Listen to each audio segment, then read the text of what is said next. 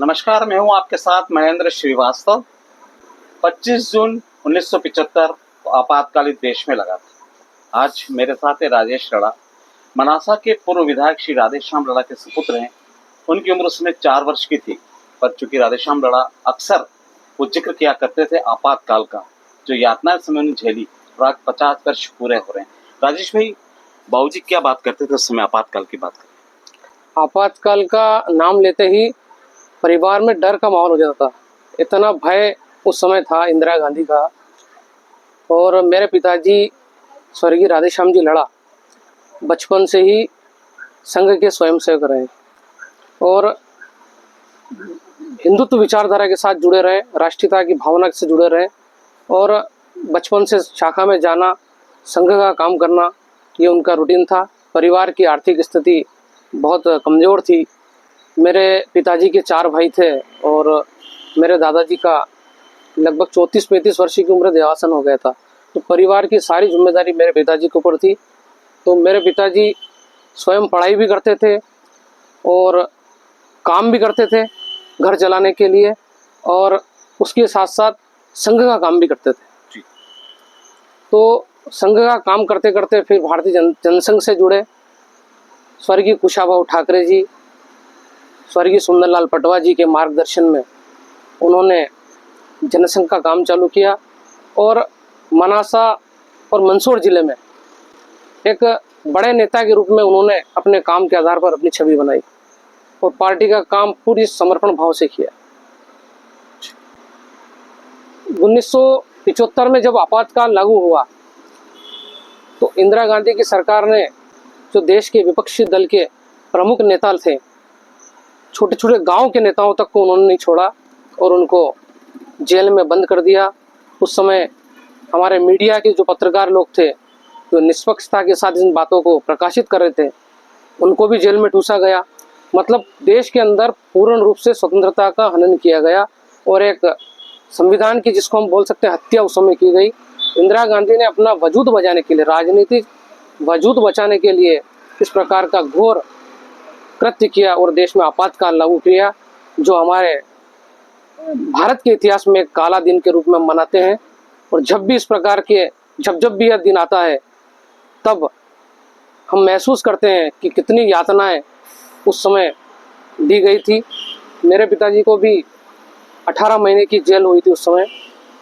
जब मेरी बुआ, मेरे पिताजी की एकमात्र बहन थी, उनकी शादी थी, तो शादी के विदाई के समय उनको उठा के ले गए और उनको मंदसौर जेल में रखा। और उसके बाद, क्योंकि मेरे पिताजी कट्टर स्वयंसेवक थे, तो उनके ऊपर प्रशासन की और कांग्रेस के नेताओं की लगातार निगाह रहती थी। तो उनकी कार्यप्रणाली को देखकर उनको शिवपुरी की, जो जहाँ पर खूंखार डाकुओं को रखा जाता है, ऐसी शिवपुरी की जेल में उनको शिफ्ट किया गया। और शिवपुरी जेल में अंधेरी काल कोठरी, जहाँ पर सूरज की रोशनी भी नहीं पहुँच सकती है, जहाँ पर व्यक्ति खड़ा भी नहीं हो सकता है और सीधा लेट भी नहीं सकता है, ऐसी काल कोठरी में उनको बंद किया गया और यातनाएं दी गई। खाना भी इस प्रकार का मिलता था कि एक आम आदमी उस खाने को नहीं खा सकता था। एक बार का वाकया है, मेरे पिताजी मुझे बताते थे कि इतना घटिया खाना आया और उन्होंने जब 2-3 दिन खाना नहीं खाया तो जेलर आया, तो उन्होंने वो खाना जेलर के मुंह पे मार दिया। तो उन्हें फिर और ज़्यादा सजा दी गई। काल कोठरी में रहने के कारण, जहाँ सूरज की रोशनी और प्रकाश नहीं था, उसके कारण उनकी आंखों की रोशनी धीरे धीरे समाप्त हो रही थी। तो ऐसी स्थिति में उन्होंने पत्राचार के माध्यम से स्वर्गीय सुंदरलाल जी पटवा, जो उस समय इंदौर जेल में बंद थे, उनसे पत्राचार किया और हमारे जितने भी नेता थे जनसंघ के, उनसे पत्राचार के माध्यम से कहा कि यदि मुझे यहाँ से नहीं निकाला गया तो मेरा यहाँ जीवित रहना मुश्किल है। ऐसी परिस्थिति में हमारे नेताओं ने और स्वर्गीय पटवा जी ने विशेष प्रयास करके शिवपुरी जेल से उनका स्वास्थ्य को देखते उनका ट्रांसफ़र इंदौर कराया और इंदौर जेल में स्वर्गीय सुंदरलाल जी पटवा और मेरे पिता स्वर्गीय राधेश्याम जी लड़ा दोनों एक ही बैरक में रहे और उन्होंने 18 माह तक लगातार कांग्रेस के इस आपातकाल को झेला। यह आपातकाल मेरे पिताजी के साथ साथ मेरे पूरे परिवार ने भी झेला।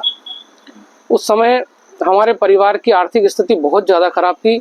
मेरी दादी माँ और मेरी माँ को घर चलाने के लिए, क्योंकि मेरे पिताजी के जो छोटे भाई थे वो भी छोटे थे, तो पूरा बड़ा परिवार था और उस परिवार का लालन पालन करने के लिए खेतों में मजदूरी करने मेरी माँ और मेरी दादी जाती थी। तो ऐसी परिस्थिति में हम तो बहुत छोटे थे, लेकिन परिवार ने भी यातनाएं झेली।